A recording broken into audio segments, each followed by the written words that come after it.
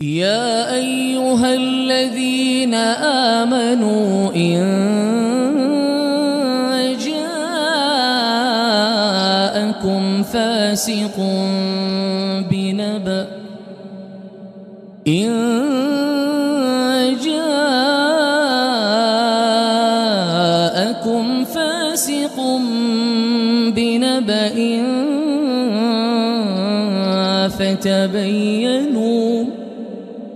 فتبينوا أن تصيبوا قوما بجهالة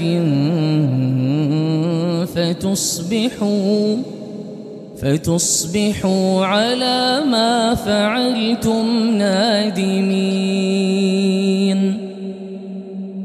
واعلموا أن فيكم رسول الله لو يطيعكم في كثير من الأمر لعنتم ولكن الله حبب إليكم الإيمان وزينه في قلوبكم وكره إليكم الكفر والفسوق والعصيان أولئك هم الراشدون فضلا من الله ونعمه والله عليم حكيم.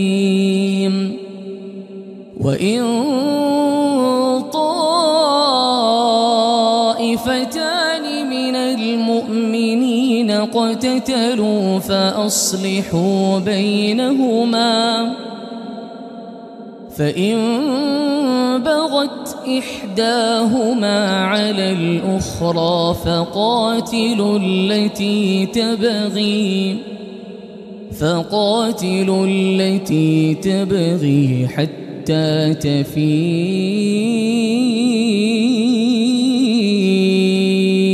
إلى أمر الله فإن فاءت